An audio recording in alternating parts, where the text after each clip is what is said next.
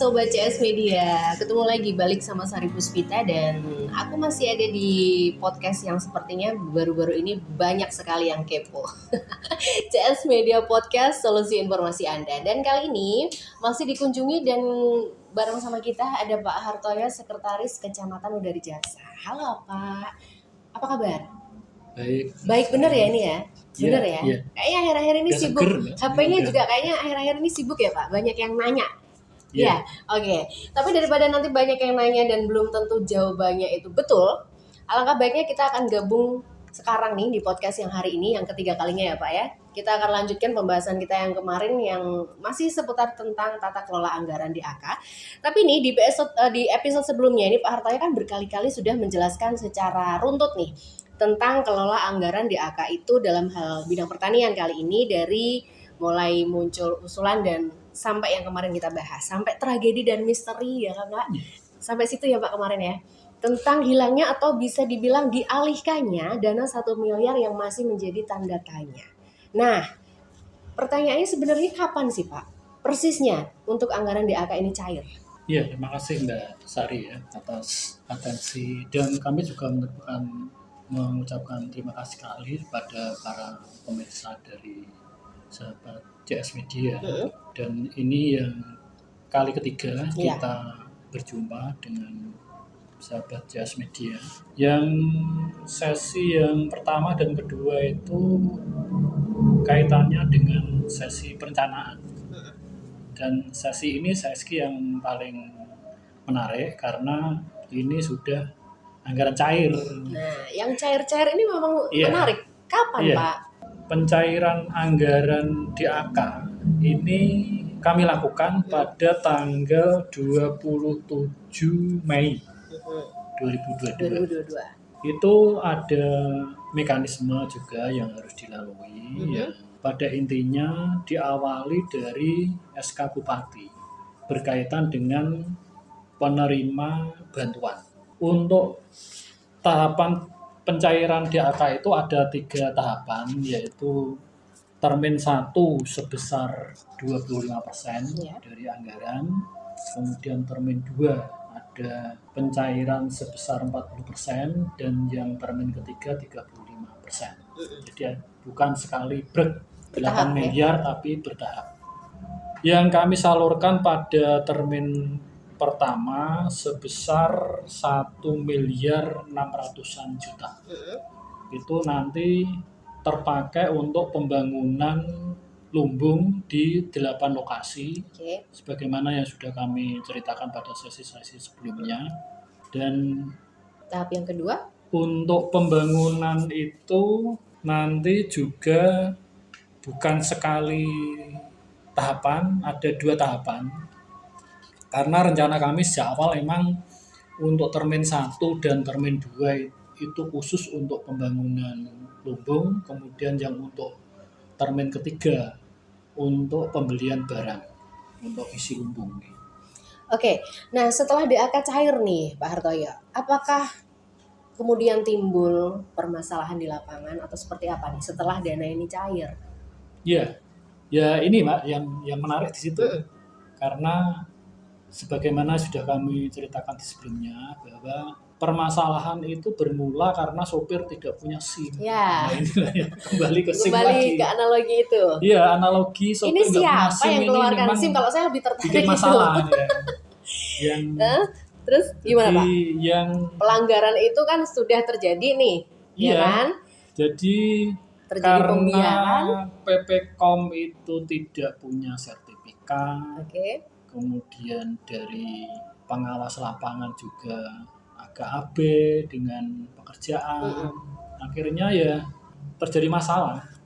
Dan permasalahan untuk termin pertama itu ya memang diawali dari PPKOM yang tidak punya SIM, kemudian pengalaman masih kurang, dan terjadi penyimpangan di lapangan, tidak ada tindak lanjut yang memadai.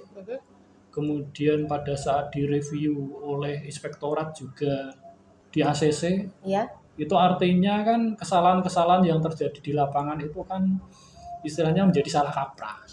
Jadi kalau balik lagi ke analogi tadi, gara-gara supir itu akhirnya jadi kecelakaannya karambol ya Pak? Iya, kan contohnya seperti ini ya. Seperti yang sebelumnya kami ceritakan, penggantian bahan untuk pondasi yang awalnya dari batu belah kemudian Iya. diganti menjadi batu gamping, Mm-mm.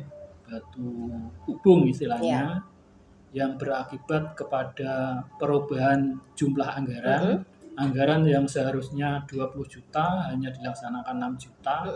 Yang angka 14 jutanya kemana? Nah, hal seperti ini akhirnya itu berlanjut pada pembuatan dinding juga dirubah, kemudian pembuatan genteng juga dirubah, dan hal seperti ini akhirnya permasalahan itu berlarut-larut dan akhirnya mengganggu pada proses pencairan. Oke.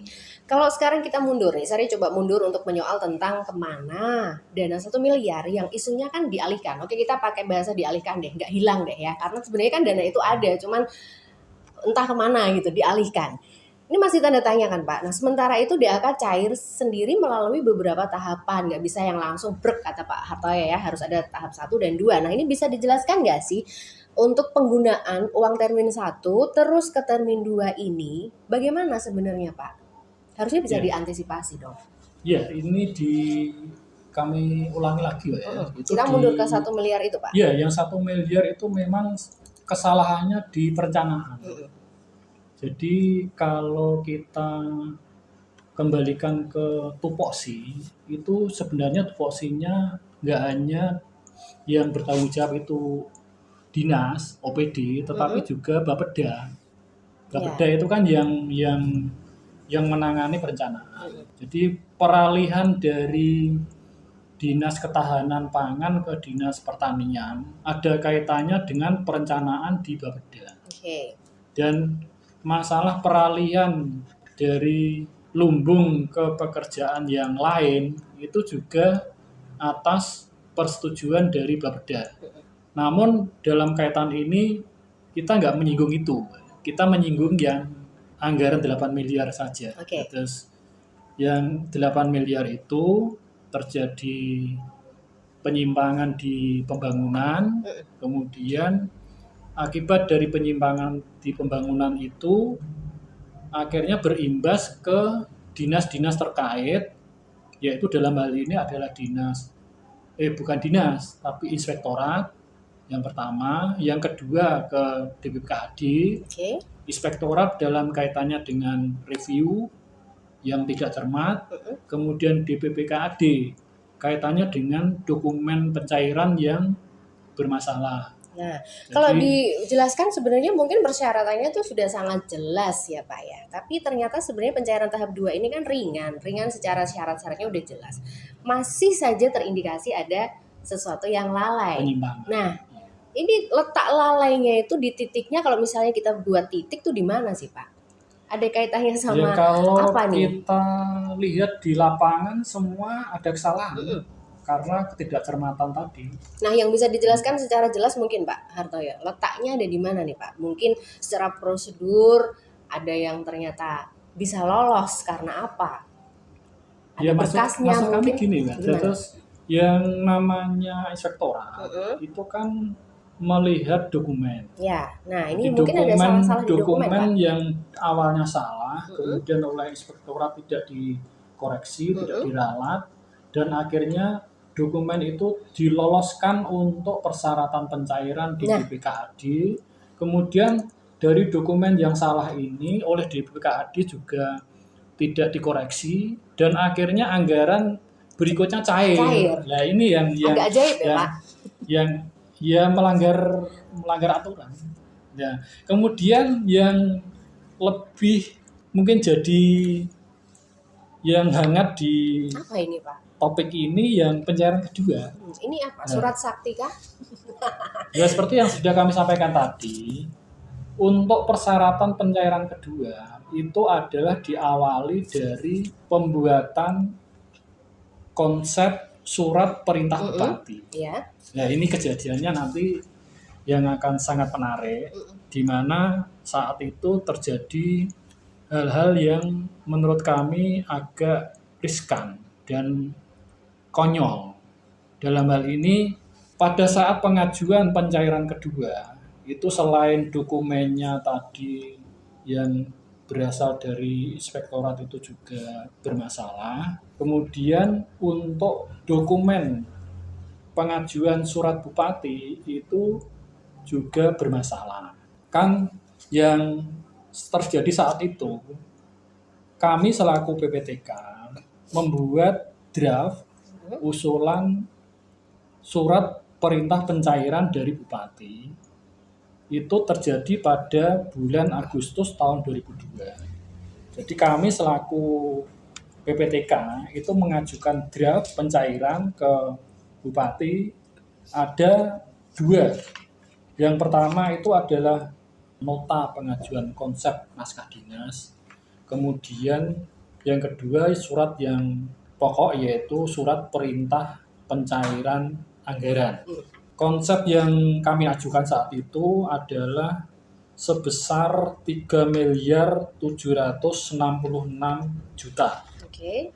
Dan itu sudah kami ajukan ke kepala dinas pada saat tanggal 11 Agustus 2022. Itu terjadi hal yang kami ceritakan tadi. Ternyata kepala dinas itu membuat surat secara diam-diam yang dilakukan juga oleh staf kami. Jadi kami itu menugasi staf kami yang bernama M. Kemudian kepala dinas juga menugasi untuk membuat draft kepada staf kami yang bernama D. Oke. Kami nggak menyebutkan nama karena ini agak sensitif ini artinya. Dan yang menjadi permasalahan adalah paraf dari pengetik itu dipalsu. Nah ini yang agak sensitif yang kami, makanya kami menyebut inisial aja. Ini yang, sudah valid ya Pak bahwa ini paraf palsu. Ini yang kami maksudkan. Ini surat yang dibawa sama Pak Hartoyo nih. Jadi buat sobat CS Media mungkin bisa lihat. Ini arsip, maksudnya bukan surat yang asli, tapi ini arsip. Kemudian yang dibuat oleh staf kami bernama D. Ini yang D. Ini yang dibuat secara diam-diam. Sedangkan yang kami buat, jadi kami itu sudah sampai 3 kali naik turun dari dinas ini dikembalikan itu sampai 3 kali. Ini nggak kepakai. Ditolak ya Pak ya? Ditolak. Kemudian yang dipakai ini yang buatan dari inisial staf D. kami yang bernama D tadi. Nama D. Jadi ini pengetiknya, paraf pengetik dipalsu. Kemudian kolom paraf untuk kami, Kabid, selaku PPTK kosong. Kemudian kolom kepala dinas ada. Kemudian kolom sekda ada. Kemudian paraf bupati ada. Dan ini yang menjadi permasalahan, artinya prosedur yang dilanggar oleh oknum. Dalam hal ini menurut kami bukan staf kami yang bernama D tadi, tapi ini adalah orang yang punya kewenangan. Ya kalau kami bilang orang khusus ini. Orang khusus. Karena gini ya, yang namanya tata kelola persuratan itu kan ada mekanisme. Betul. Nah itu yang tadi sempat saya sedikit tanda tanya Pak. Surat seperti ini kan tidak semudah kita bikin surat yang lain gitu Pak. Iya. Jadi yang namanya sekda itu kan di sana kan juga ada mekanismenya. Nah. Jadi sebelum kita menyerahkan surat ke sekda itu kan lewat ajudan. Nah. Kenapa kok ini tidak lewat ajudan? Karena kalau seandainya surat ini dikirim dulu ke ajudan, nanti ajudan itu juga akan menjalankan mekanisme yang ada. Maksudnya kalau di sini tidak ada parafnya Kabid, parafnya PPTK, itu oleh ajudan itu juga mesti ditolak, dikembalikan. Tapi ini kenapa kok bisa lolos ke sekda? Berarti dia itu terabas lah itu, terabas. Jadi tidak melewati ajudan, kemudian langsung ke ruangan sekda, dan sekda. Kenapa kok juga sekda mau marah? Kok nggak lewat ajudan dulu? Nah ini terus kemudian naik lagi ke bupati, harusnya itu lewat Ajudan ajudan, juga ini bisa ajudan langsung lolos. dilewati lagi, diterabas lagi ke bupati. Kalau ini yang mengajukan ini staf kami kan juga nggak mungkin, Iya, oke. karena yang namanya mekanisme itu kan tidak bisa seenaknya dilanggar. Dan yang menjadi stressing kami pada saat ini ke sahabat CS Media, ini berkaitan dengan dalam hal ini dengan etika. Iya. Etika yang berkaitan dengan pejabat di daerah, di Melanggar kabupaten. prosedur ini sudah Pak. Iya, melanggar prosedur, Nah. namun kami lebih menganalisisnya ke arah pelanggaran etika, Oke. di mana beliau yang menerabas tadi itu melanggar simbol negara. Oke. Karena yang namanya bupati, yang namanya sekda itu kan simbol dari negara, simbol ya dari daerah yang harus dihargai. Jangan sampai simbol daerah ini dilecehkan, karena yang namanya bupati itu kan melayani seluruh masyarakat, yang namanya sekda itu kan juga harus melayani seluruh kepentingan masyarakat. Kenapa kok ini dilecehkan? Kalau sudah seperti ini, sepertinya kan ada oknum-oknum tertentu nih ya Pak yang ingin memaksakan tujuannya sendiri atau kehendaknya gitu. Bisa dibilang begitu nggak sih Pak Hartoyo? Ya, Untuk harusnya kepentingan begitu. sudah Iya. sangat jelas kan berarti. Iya, ini Kalau selain sudah mengandung unsur-unsur seperti ini, bisa dong untuk mendorong APH untuk menangani atau bagaimana nih? kami Selanjutnya. lebih menyoroti ke aspek etikanya dulu. Oke. Jadi etika. Kemudian pelanggaran terhadap simbol daerah. Oke. Jadi bupati itu harus kita hargai. Sekda juga harus kita hargai. Motif dari tidak menghargai simbol daerah itu Ya. ternyata ada dampak di belakangnya, yaitu ada anggaran yang seharusnya itu bisa terserap. Mm-mm. Ini hilang lagi. Hilang lagi? Hilang apa Nilainya- dialihkan lagi deh Pak? Bukan, saya nggak tahu, makanya ini kan istilahnya kan dalam bahasa hukum itu kan ada transaksi ilegal. Nah, Jadi kalau disebut angka yang hilang berapa lagi nih Pak? yang diminta, yang diperintahkan oleh Pak Bupati itu 3.875 juta. Ternyata Realisasinya yang bisa kami salurkan cuma 3 miliar.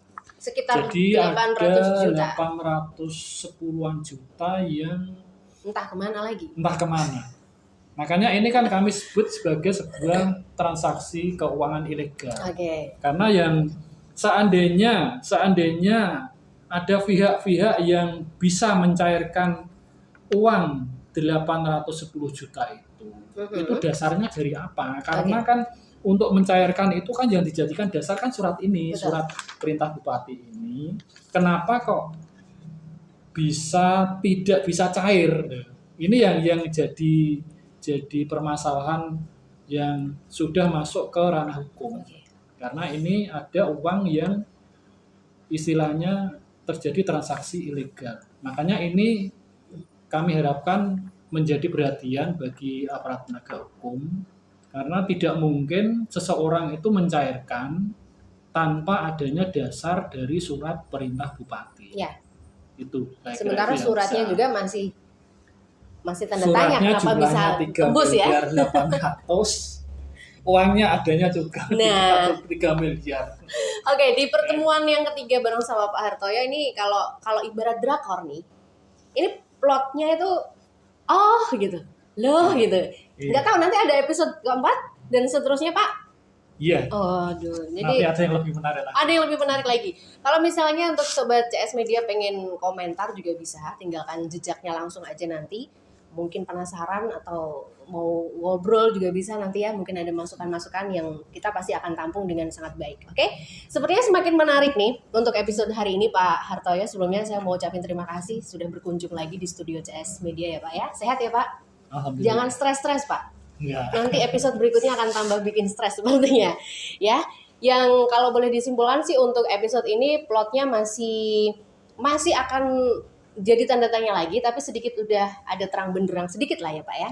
Oke, mudah-mudahan makin mengerucut dan makin menarik, makin jelas dan makin terlihat siapakah atau apakah yang akan menjadi solusinya nanti setelah ini ya Pak. Jadi biar nggak tanda tanya, nggak hilang, nggak kemana-mana lagi nih. Ini masih belum mengerucut sebenarnya. Ya. Setuju ya Pak? Ya. Kita tunggu episode berikutnya. Dan Sari Puspita mesti pamit dulu nih. Jangan lupa untuk simak terus podcast CS Media, solusi informasi Anda.